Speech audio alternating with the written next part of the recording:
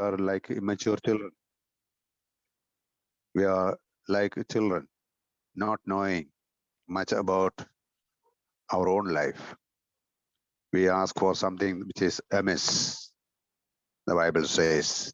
That's why we don't receive much of the best of blessings. Help us, Lord, that we will learn how to ask and receive your blessings, because you have promised your presence, provision, protection, peace, and tranquility. All that is yours. You are giving us free of cost. We bless you, Lord.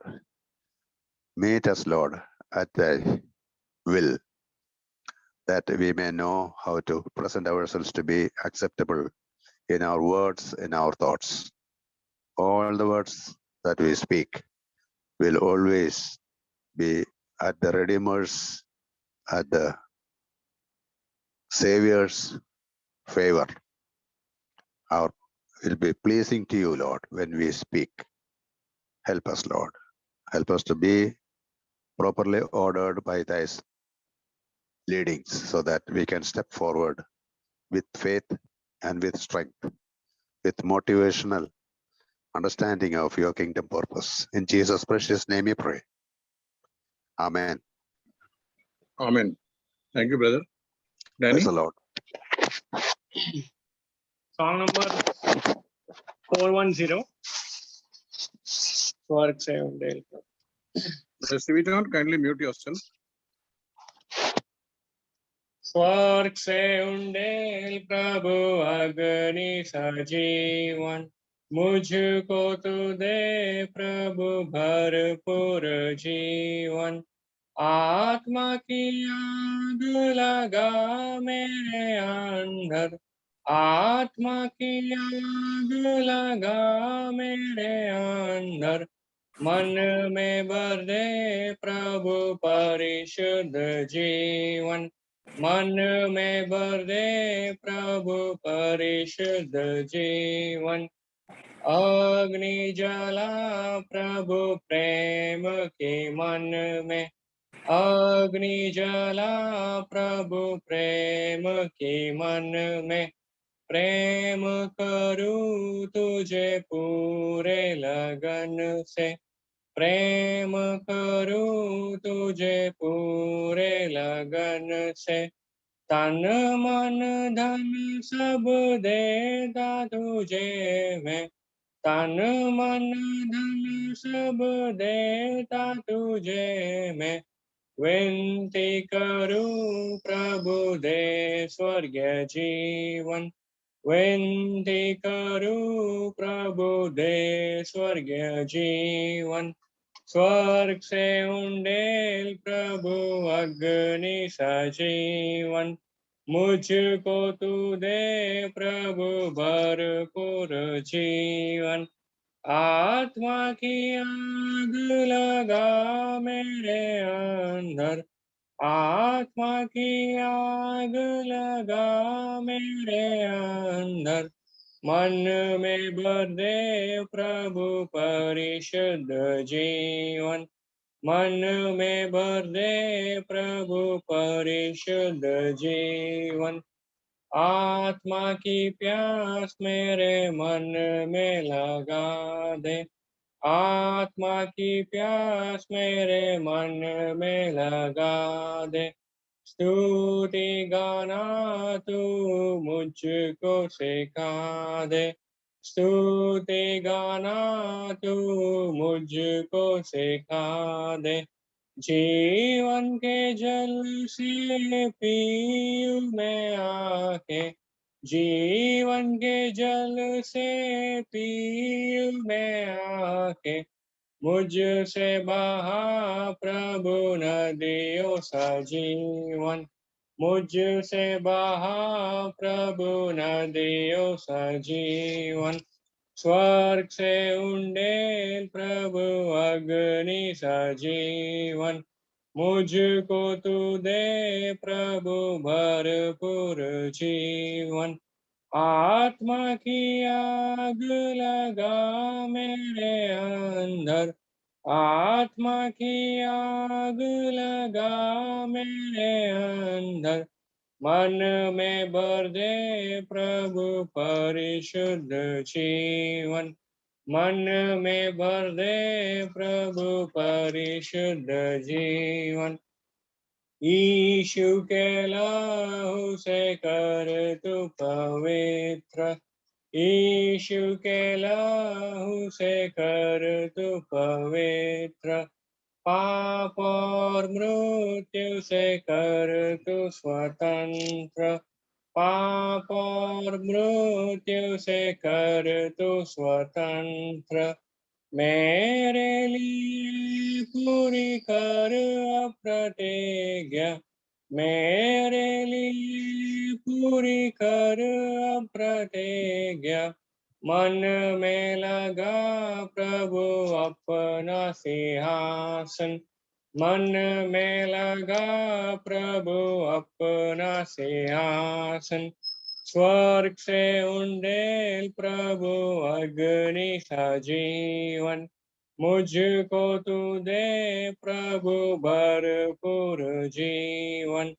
आत्मा की आग लगा मेरे अंदर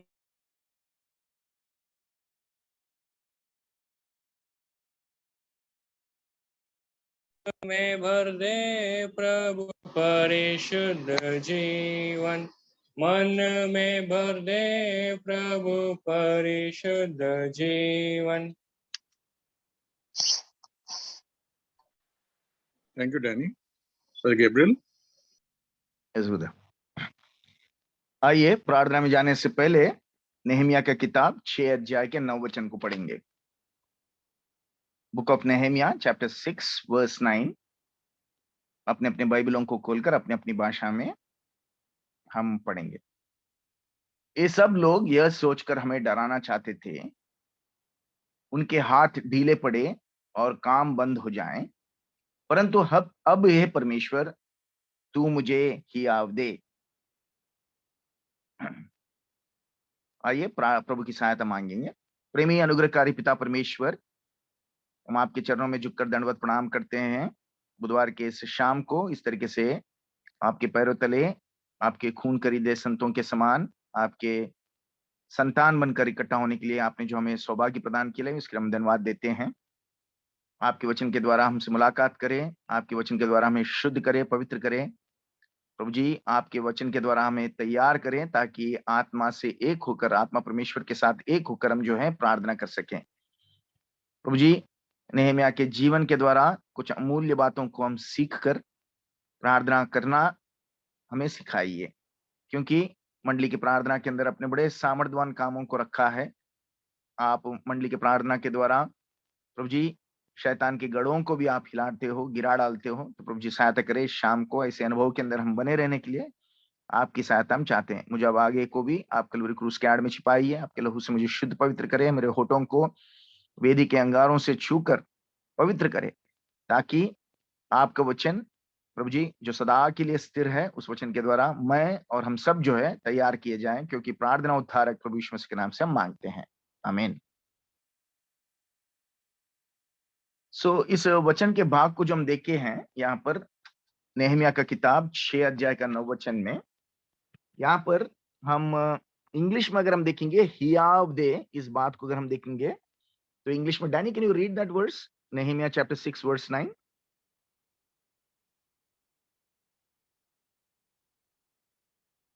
hello Danny. Anybody in English please.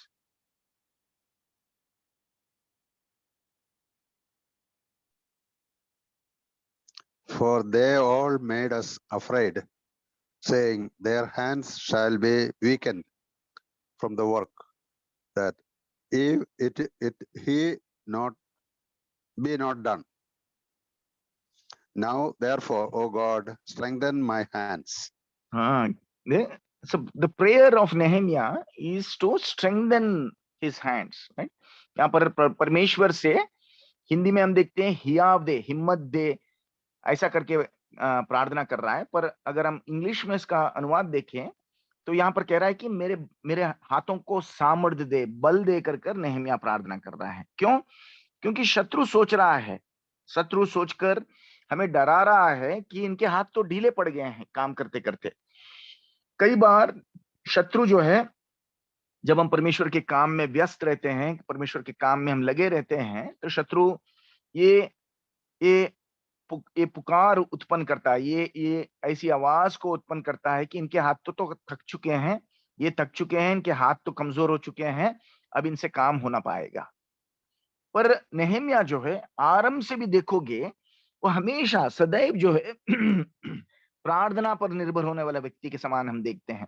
उदाहरण के तौर पर हम देखते हैं नेहम्याह के पहले अध्याय से ही, जब वो यरूशलेम के दशा को उसने देखा, जब उसने सुना कि यरूशलेम के विषय में उसने जब पूछताछ किया, और जब उसने सुना कि यरूशलेम की शहरपनाह टूटी हुई है और उसके फाटक जले हुए हैं, पहले अध्याय के 4 वचन में वो क्या करता है, ये बातें सुनते ही वो रोने लगता है और बैठ जाता है प्रार्थना के लिए। विलाप करते हुए प्रार्थना करता है आरंभ से ही। हमें नेहम्याह के जीवन से इस अनमोल अमूल्य बात को हमें सीखना है कि हमारे जीवन के हर दशा में सर्वप्रथम हमारा सहारा परमेश्वर है, और हमारे हर दशा में, हर मुश्किल में, हर समस्या में, हमारे जो भी परिस्थिति में हमारा एकमात्र सहारा जो परमेश्वर है, उसके पास जाना है। राइट? जिस तरीके से वो गया है, और जाने के बाद 5 वचन में हम देखेंगे वो किस तरीके की प्रार्थना करता है। हे स्वर्ग के परमेश्वर यहोवा, नेहम्याह का पहला अध्याय 5 वचन, हे स्वर्ग के परमेश्वर यहोवा, ए महान और भययोग्य ईश्वर, तू जो अपने प्रेम रखने वाले और आज्ञा मानने वाले के विषय में अपनी वाचा पालता और उन पर करुणा करता है। देखिए कितनी अद्भुत पहचान है उसको परमेश्वर की।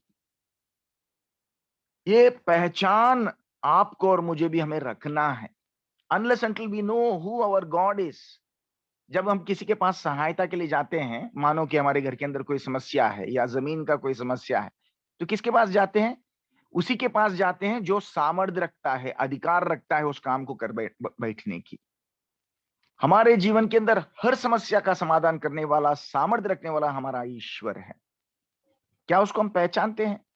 अगर हम उसको नहीं पहचानते हैं, तो ये प्रार्थना हमारे लिए एक रिचुअल है, एक कार्यक्रम है जिसमें हमको दूसरों के लिए बैठना है, दूसरों के लिए ऐसे ही कर रहे हैं। बट अगर हम उस परमेश्वर को पहचानते हैं, उसके सामर्थ्य को हम बखूबी विश्वास करते हैं, जिस तरीके से नेहम्याह विश्वास करता था, तो हमारी प्रार्थनाओं का निश्चय हम फल देखेंगे। So we need to know who our God is, right? उसके बाद देखिएगा, जैसे ही उसने इस बात को सुना कि यरूशलेम की शहरपनाह टूट चुका है, जल चुका है, द्वार फाटक जल चुके हैं, तो सीधे सीधे उस परमेश्वर के पास गया जिसको वो जानता था कि वो इस समस्या में उसका समाधान कर सकता है। उसके बाद देखिएगा दूसरे अध्याय 4 वचन में, एक तो पहला अध्याय 4 वचन में हम देखा, दूसरे अध्याय के 4 वचन में हम देखते हैं, राजा के पास पहुंचा वो मन में दुख लेकर, राजा के सामने खड़ा है। राजा ने उसके मुंह को देखकर उसने पूछा कि तेरा मुंह क्यों उतरा है? और राजा उससे पूछता है कि तेरा मुंह क्यों उतरा है, तो वो जवाब देता है। उसके बाद राजा उसको जवाब के प्रत्युत्तर में और एक सवाल पूछता है। क्या पूछता है? राजा ने मुझसे पूछा, फिर तू क्या मांगता है? जैसे ही राजा ने उससे सवाल पूछा, क्या करता है? दूसरे अध्याय के 4 वचन में, तब मैंने स्वर्ग के परमेश्वर से प्रार्थना करके राजा से कहा। उसके जीवन में एक बहुत अहम घटना आई है, एक अहम ऐसा समय आया जब उसके जीवन में राजा के सामने खड़े रहकर उसको कुछ यरूशलेम के प्रति कुछ समस्या का समाधान करने के लिए मौका मिला। तो राजा ने उससे सवाल पूछा, तू क्या चाहता है? तू क्या चाहता है कि मैं करूं? तो तुरंत उसने अपने बुद्धि, अपने ज्ञान, अपने समझ का इस्तेमाल नहीं किया, तुरंत उसने प्रार्थना किया। अब सोचिएगा, सवाल पूछने के तुरंत बाद उसने उत्तर दिया, क्योंकि राजा के सवाल पूछने के बाद तुम्हारे पास 15 दिन, आधा घंटा, 15 मिनट ऐसा नहीं रहता है, तुरंत तुमको उत्तर देना है। पर उस उत्तर देने में भी उसने क्या किया? प्रार्थना किया है। राइट? ये बहुत अहम बात हमारे जीवन के लिए है। हमारे जीवन में जब कभी हमको मौका मिलता है कुछ काम करने का, जब कभी हमको मौका मिलता है कुछ समाधान देने का, या फिर जब कभी हमको मौका मिलता है कुछ भी करने के लिए, हमको पहले प्रार्थना करना चाहिए। है?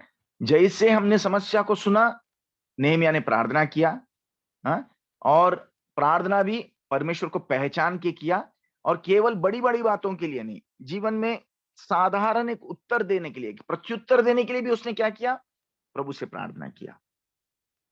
हम तो हमारे बुद्धि और ज्ञान और हमें सामर्थ्य को इस्तेमाल कर हम कितना जल्दी से हम फट से आवाज उत्तर दे देंगे। अगर मुझसे कोई पूछेगा कि ब्रदर क्या करना चाहिए इस समस्या के लिए, तो मैं तुरंत 10 आइडिया दूंगा।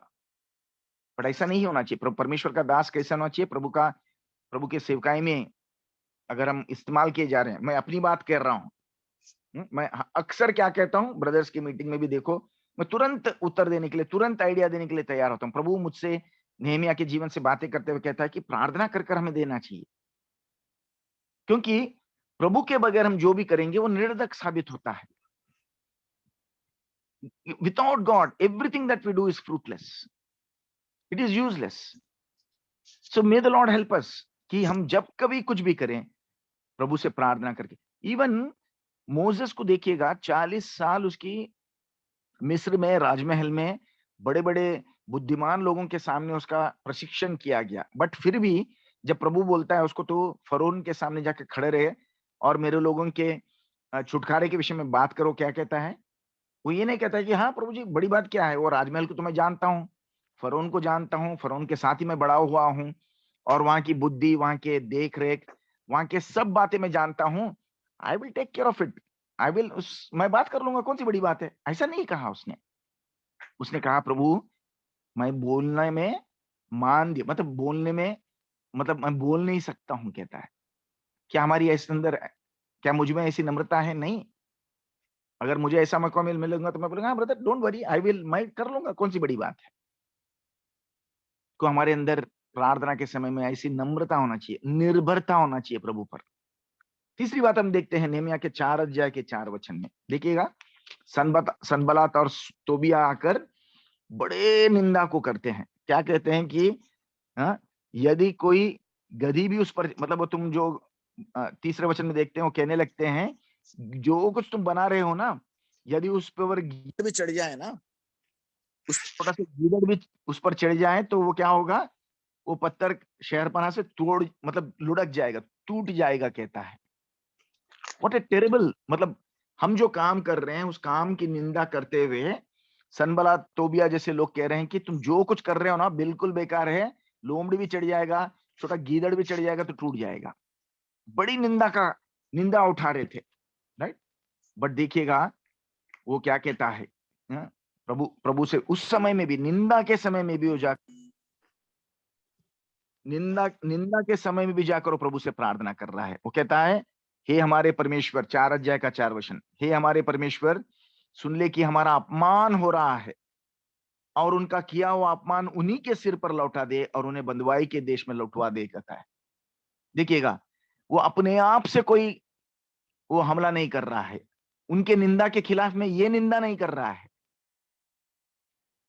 कई बार हमारे जीवन में क्या होता है, अगर हम पर कोई निंदा डालता है तो हम उसके ऊपर वापस निंदा डालने की कोशिश करते हैं। वो हमको गाली देता है तो हम उसको वापस गाली देना चाहते हैं। वो एक मारता है तो हम 2 मारना चाहेंगे उसको। बट नेहमिया ऐसा नहीं है। वो निंदा के समय में भी उस निंदा को लेकर परमेश्वर के, बिकॉज प्रभु कहता है, परमेश्वर कहता है vengeance is mine said the Lord, बदला लेना परमेश्वर का काम है।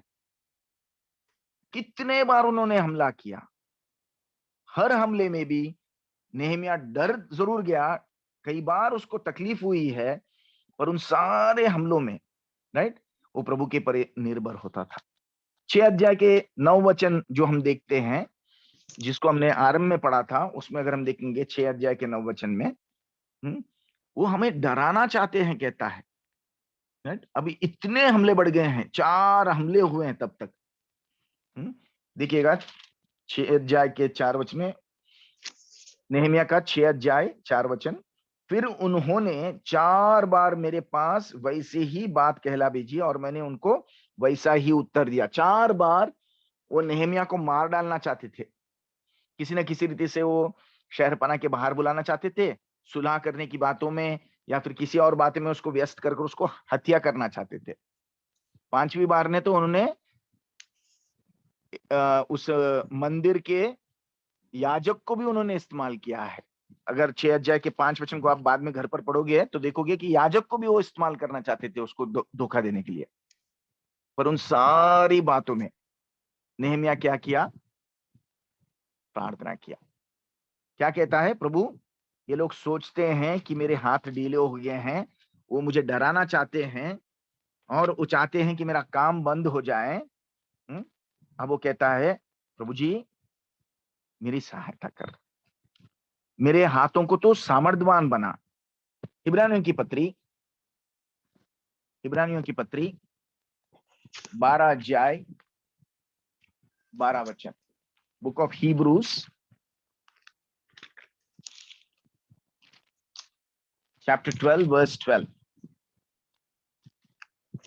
हिंदी में पढ़ता हूं। इसलिए ढीले हाथों और निर्बल घुटनों को सीधा करो।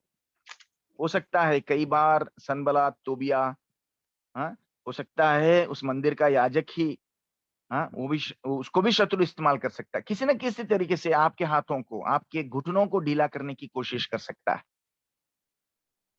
पहले डराता है, पहले निंदा करता है, हमले लाता है, हत्या करने की कोशिश करता है। इन सबों में जब हमको लगता है कि हम काम में आगे नहीं बढ़ पाएंगे, तो हमको एक काम करना है। वो एक है कि हाँ बिल्कुल शारीरिक रीति से हम नहीं कर पाएंगे, पर आत्मा में जो हमको बल देने वाला परमेश्वर सब कुछ कर सकता है, उसके द्वारा हम सब कुछ हासिल कर सकते हैं। तो हमें क्या करना चाहिए? प्रार्थना कर कर हम उसके पास पहुंचना चाहिए। हमारे ढीले हाथों को, निर्बल घुटनों को सीधा कर कर उसके पास जाना चाहिए, क्योंकि उनको सामर्थ देने वाला वही है। जैसे Psalm 27 वर्स 3 में देखते हैं, God is the strength of my life. मेरे जीवन का बलमूल है वो हमारा सहायक बन सकता है। आज हम चाहे कोई भी परिस्थिति में क्यों हो, पारिवारिक हो सकता है, नौकरी संबंधित हो सकता है, सेवकाई संबंधित हो सकता है, मांडलिक संबंधित हो सकता है, शत्रु जो है हमको कमजोर कर कर प्रभु के कामों से, प्रभु के लोगों के संगति से हमको दूर रखना चाहता है। But we can rely on that God of heaven who can strengthen us. देखिएगा, इसी हिब्रानियों की पत्री 12 अध्याय में हमारे कप्तान के बारे में स्मरण दिला रहा है पौलुस। 12 अध्याय का 2 वचन, और विश्वास के कर्ता और सिद्ध करने वाले यीशु की ओर ताकते हुए, जिसने उस आनंद के लिए जो उसके आगे धरा था, लज्जा की कुछ चिंता ना करके क्रूस का दुख सहा और परमेश्वर के सिंहासन के दाहिनी ओर जा बैठा। उस भयंकर क्रूस की लज्जा को भी सहने के लिए वो तैयार हो गया। क्या लज्जा थी? पिता ने उसको वहां पर अकेला छोड़ दिया, मानो पिता ने उसके मुंह पर थूक कर उसका मुंह फेर लिया। किसके लिए? आपके और मेरे लिए। क्योंकि उसको यीशु मसीह का आनंद क्या था? यीशु मसीह का आनंद ये था कि आप जैसे मुझ जैसे मूर्खों को, आप जैसे मुझ जैसे पापियों को उद्धार देना चाहता था। उस लज्जा, पिता से भी वो लज्जा पाने के लिए तैयार था। जिनकी वो उद्धार करने आया वे भी उसको लज्जित कर रहे थे। अगर तो परमेश्वर का बेटा है तो उतर कर आके थे। जिसके साथ वो क्रूस पर लटकाया गया वो भी उसकी हंसी मजाक करते थे। बट सारी उस लज्जा को उसने सह लिया, कभी अपने आप को प्रदर्शित नहीं किया। अपने आप को इस तरीके से दीन और नम्र बनाकर उस लज्जा के लिए, उस क्रूस के मृत्यु तक उसने अपने आप को समर्पित कर लिया, ताकि वो महिमित आनंद को पा सके, जिसके अंदर वो महिमित आनंद क्या था? जो आपका और मेरा उद्धार है, सनातन का। उससे हमें सीखना है। चाहे हमारे कितने भी, जैसे कि पहले वचन में कहता है ना, 12 अध्याय हिब्रानियों की पत्री 12 अध्याय 1 वचन, इस कारण जबकि गवाहों का ऐसा बड़ा बादल हमको घेरे हुए हैं, तो आओ हरेक रोकने वाली वस्तु और उलझाने वाली पाप को दूर करके वो दौड़ जिसमें हमें दौड़ना है, धीरज से दौड़े।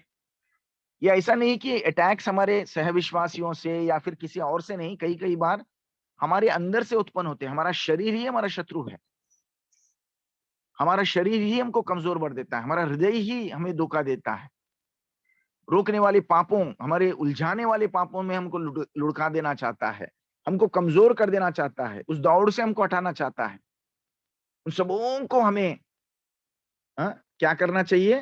प्रभु के क्रूस के पास लेके आकर हमको अर्पण कर देना चाहिए, समर्पित कर देना चाहिए। देखो, जैसे 4 वचन में हमको स्मरण दिलाया जाता है इब्रानियों की पत्री 12 अध्याय 4 वचन, तुमने पाप से लड़ते हुए उससे ऐसी मुठभेड़ नहीं की तुम्हारा लहू बहा हो। लहू बहने तक हमने कभी भी हमारे ही देह से, हमारे ही शरीर की अभिलाषाओं से हमने मुठभेड़ नहीं किया है। अगर हम उस तरीके से कर पाए, इस तरीके से अपने आप को हम समर्पित कर सकें, उस महिमा की अपेक्षा जैसे यीशु मसीह ने किया, वैसे हम उस महिमा की अपेक्षा करते हुए हमारे नजरों को उस तरफ रखकर हम हमारे जीवन में, हम प्रार्थना में बने रहेंगे, तो हम भी जीवन को बिता पाएंगे। तो प्रभु करे कि नेहमिया के जीवन से जो हमने सीखा, सर्वप्रथम हमारे जीवन की चाहे कोई भी समस्या क्यों ना हो, सबसे पहले हमको परमेश्वर को पहचानना है, उस परमेश्वर के पास जाना है। हमारे जीवन के अंदर हर बात में, हर कदम में, जैसे राजा ने सवाल पूछा, उत्तर देने के लिए भी वो प्रार्थना कर उत्तर दिया। जब वो सनबलात और तोबिया उसका टट्टा कर रहे थे, मजाक कर रहे थे, उनके काम पर वो मतलब निंदा डाल रहे थे, प्रत्युत्तर नहीं दिया, परमेश्वर के पास गया, प्रार्थना में प्रत्युत्तर दिया। जब लोग कहने लगे कि तुम कमजोर हो गए हो, तुमसे काम अब हो ना पाएगा, तो उसने बलमूल अपना परमेश्वर को जाना और उस बल को प्रभु से पाया। हमारा सबसे अहम और उम्दा उदाहरण प्रभु यीशु मसीह स्वयं है। जो आनंद उसके सामने रखा गया है, उस आनंद के लिए हर लज्जा को उसने सह लिया। जिसको बचाने आया वो भी उसको लज्जित किया, फिर भी वो पीछे नहीं हटा। उस तरीके से अपने आप को अगर हम समर्पित करते हुए हमारे परमेश्वर पर, जो शक्तिशाली हमको बल, हमारा जीवन का बलमूल है, उस पर निर्भर होकर हमारे आत्मिक जीवन में बढ़ेंगे, तो निश्चय विजय हमारा ही है। चाहे वो प्रभु के कामों के लिए हो, हमारे आत्मिक जीवन के अंदर हमारे पीछे हटने के विषय में, जय पाकर आगे बढ़ने के विषय में क्यों ना हो, किसी भी बात में क्यों ना हो, प्रभु हमें निश्चय सहायता कर जीवन से बढ़कर हमें चलाकर उसकी महिमा में हमें पहुंचाएगा। तो may the Lord help us that we might be able to pray with this understanding. जैसे नेहमिया प्रार्थना करता था हर एक जीवन के, हमारे हर एक क्षेत्र के लिए, व्यक्तिगत, पारिवारिक, मांडलिक, खासकर सेवकाई के विषयों के लिए। प्रभु करे हम इस समझ के साथ प्रार्थना करने के लिए हमारी प्रभु सहायता करें। वर्जिन, या थैंक यू ब्रदर। आइए प्रार्थना शुरू करेंगे। बाय जराल्ड ओपनिंग प्रेयर आप करिए और बाय किरण तापा फाइनल प्रेयर आप करिए। प्रेयर पॉइंट्स याद रखिए, नेहमिया 1 अध्याय 4 वचन, नेहमिया 2 अध्याय 4 वचन, नेहमिया 4 अध्याय 4 वचन, और जो मुख्य वचन नेहमिया 6:9। उन्होंने हमें डरा दिया बट हम हमारे हाथों को मजबूत और बल किया है। 5 बार जब